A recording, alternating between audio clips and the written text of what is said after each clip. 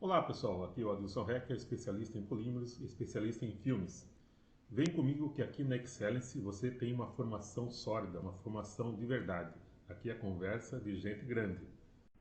Mas antes de mostrar para vocês alguns exemplos dos muitos assuntos que são vistos nos treinamentos, como problemas e soluções em filmes balão, aditivos, para que serve, o que acontece se tiver aditivo, se não tiver, se for sobreaditivado, se o produto for sobreaditivado, subaditivado, parte de otimização de processos, como fazer o controle de variação de espessura em filmes balão, entre muitos outros assuntos. Antes de chegar nesses pontos, eu preciso falar sobre alguns conceitos fundamentais, conceitos básicos sobre polímeros. O conceito que nós veremos hoje é a distribuição de peso molecular, mas logo depois da vinheta.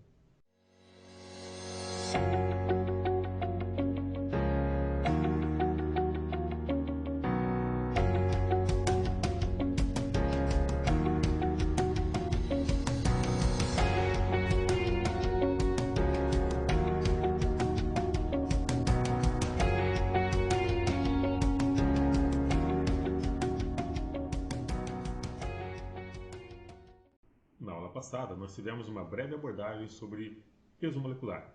Hoje nós veremos um outro conceito muito importante, que é a distribuição de peso molecular, que é uma propriedade que normalmente não é informada na folha de dados de produto.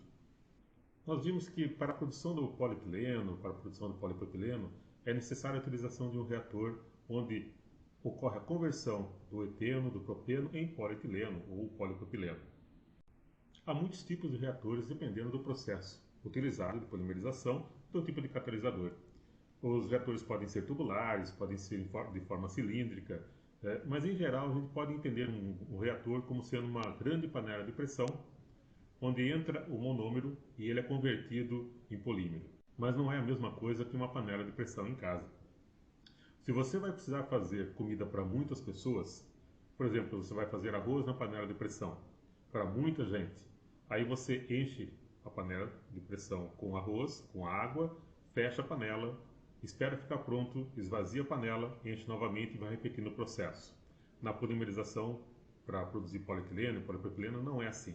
O monômero é continuamente colocado no reator, ele entra continuamente no reator, ocorre a reação e continuamente o material pronto, o polímero, sai do reator. O tamanho da molécula vai depender, entre outras coisas, da porcentagem de catalisador utilizado na reação, na polimerização, e do tempo que o monômero fica dentro do reator reagindo, crescendo as moléculas. Tá? Então, por exemplo, se nós tivermos um reator de 100 metros cúbicos e inserirmos, colocarmos no reator 10 metros cúbicos por hora de eteno, por exemplo, para encher o reator de 100 metros cúbicos nós teremos 10 horas. 10 horas vezes 10 metros cúbicos por hora, 100 metros cúbicos.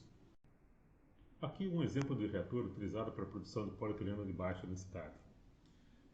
Então, nós temos um tempo médio que o produto fica dentro do reator, que é determinado pelo tamanho do reator e pela quantidade de toneladas hora que entra no reator de matéria-prima, de monômero. Né? Então pode ocorrer, como o processo é contínuo, pode ocorrer do material entrar aqui, do monômero entrar aqui, reagir um pouquinho com o catalisador, formar moléculas pequenas e sair. Ou pode acontecer do material entrar aqui, ficar um tempo muito longo e sair. A grande maioria de moléculas serão formadas em função do tempo de residência. Se o material fica 10 horas, em média, o produto, o monômero fica 10 horas reagindo dentro do reator, então nós teremos uma distribuição de tamanhos das moléculas, né, com a maior concentração em função desse tempo médio de reação. Se o volume de matéria-prima que entra no reator, se o volume de monômero que entra no reator, em vez de 10 toneladas hora, for 20 toneladas hora, então o tempo de residência vai cair pela metade. Com isso, o tempo para crescimento das moléculas cai pela metade e diminui o tamanho médio das moléculas. Ou seja, no produto final, nós teremos uma distribuição de tamanhos de moléculas, onde a grande maioria vai estar no centro da faixa, no peso molecular médio, né, em função das condições de polimerização, tempo de reação, temperatura de reação, vazão em toneladas hora de matéria-prima no reator. Tá? Mas sempre ocorrerá a geração de moléculas menores do que o tamanho médio e moléculas maiores do que o tamanho médio. Então, essa distribuição aqui de tamanhos que nós chamamos de distribuição de peso molecular, que pode ser uma distribuição estreita ou uma distribuição larga. Se a maior quantidade de moléculas tiver seu peso molecular próximo da média, nós dizemos que a distribuição de peso molecular é estreita e o gráfico é desse tipo aqui, né? Onde nós teremos muito poucas moléculas de pequeno tamanho, muito poucas moléculas de grande tamanho e a maior concentração de moléculas no centro da faixa. Por outro lado, se durante a polimerização forem produzidas elevadas quantidades de moléculas de pequeno e grande tamanho, com seu peso molecular se distanciando da média, dizemos que a distribuição do peso molecular é larga e o gráfico é desse tipo. Então, nós teremos aqui uma grande quantidade de moléculas pequenas, a maior concentração ainda no centro de faixa, mais uma geração de grande quantidade de moléculas de tamanho acima do peso médio. Explicando de uma forma mais prática, imagine que você vai construir uma casa e você precisa comprar tijolos. Então você vai numa olaria e pergunta qual o tamanho médio dos tijolos. E o vendedor lhe diz que o tamanho médio dos tijolos é 7 centímetros por 10 por 20. E você compra um milheiro de tijolos. E quando recebe, você observa que a maior parte dos tijolos realmente tem 20 centímetros de comprimento.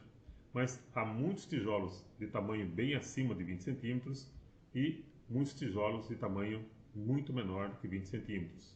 Então você vai numa outra olaria e pergunta qual o tamanho médio dos tijolos dessa outra olaria.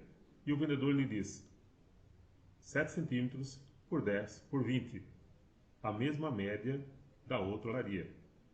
E aí você compra o milheiro e quando você recebe, você observa que a grande maioria dos tijolos são do mesmo tamanho. Eventualmente você pode encontrar, muito raramente, um ou outro tijolo menor do que os 20 centímetros ou um ou outro tijolo maior do que os 20 centímetros. Quando a maior parte dos tijolos tem o mesmo tamanho, nós dizemos que a distribuição do tamanho dos tijolos é uma distribuição estreita. Quando a maior parte dos tijolos aqui, quando nós temos uma grande variação de tamanho dos tijolos, nós dizemos que nós temos uma distribuição de tamanho dos tijolos larga. A mesma coisa é para os polímeros. Quando nós temos comprimentos muito variados dos tamanhos das moléculas, nós dizemos que a distribuição é larga. Quando a maior parte das moléculas se concentra próximo do tamanho médio, próximo da média dos tamanhos, nós dizemos que a distribuição de peso molecular é estreita. E para que serve essa informação na prática? Quando o material tem uma distribuição estreita, ou seja, quando a maior parte das moléculas tem aproximadamente o mesmo tamanho, o material é mais difícil de ser processado. Ele apresenta melhores propriedades mecânicas, maior estabilidade de processo, porém é mais difícil de ser processado, gera maior amperagem de máquina e tem uma tendência muito grande a gerar um problema muito comum em filme, que é a fratura de fundido. Quando o material tem uma distribuição larga, ele é processado de uma forma muito mais fácil, né, porque as moléculas pequenas funcionam como lubrificante para as moléculas maiores. Com isso, o processamento do material, no caso de um material de distribuição larga, é muito mais fácil do que o processamento de material de distribuição estreita. Quanto maior o peso molecular do material, ou seja, quanto maior o tamanho das moléculas de um produto, maior a dificuldade de ele ser processado, maior a amperagem, maior a pressão necessária para extrudar o material. Uma forma de medir essa dificuldade do material ser processado, uma forma de medir indiretamente o comprimento das moléculas, o tamanho das moléculas, é através do índice de fluidez, ou melt flow rate. O equipamento para medir a fluidez do material é o viscosímetro e ele mede a facilidade de escoamento do produto dentro da extrusora. Essa facilidade de escoamento está diretamente relacionada com a distribuição de peso molecular, porque moléculas pequenas funcionam como lubrificante para as moléculas maiores, o que facilita o escoamento do material. Outras propriedades que dependem diretamente da distribuição de peso molecular, a diferença de processamento entre lotes com mesma fluidez, né, são explicadas pela distribuição de peso molecular diferente dos materiais. Outras características que podem ser influenciadas pela distribuição de peso molecular, nós vemos detalhadamente durante os treinamentos, é, por exemplo, a diferença de processamento entre lotes de mesmo produto, com mesmo índice de fluidez e comportamento diferente entre os lotes durante o processo de extrusão. Isso pode ser explicado pela distribuição diferente de peso molecular entre os lotes. A distribuição de peso molecular também pode explicar como a mistura de materiais pode melhorar a processabilidade e reduzir custos de produção, ou como a distribuição de peso molecular influencia na ocorrência de fratura de fundido, daquele problema de escamas no filme. E aí, você já sabia o que é a distribuição de peso molecular e que essa propriedade influencia diretamente na processabilidade do material e pode estar relacionada com alguns problemas nos produtos finais? E será que a degradação, que é um processo onde ocorre a quebra das moléculas, com redução do tamanho, com redução do peso molecular, pode impactar na distribuição do peso molecular e, consequentemente, em todas as propriedades de processamento e propriedades nos produtos finais? Isso você só verá aqui nos vídeos da Excellicy. E lembre-se de conversar com o RH da sua empresa para contratar os nossos treinamentos.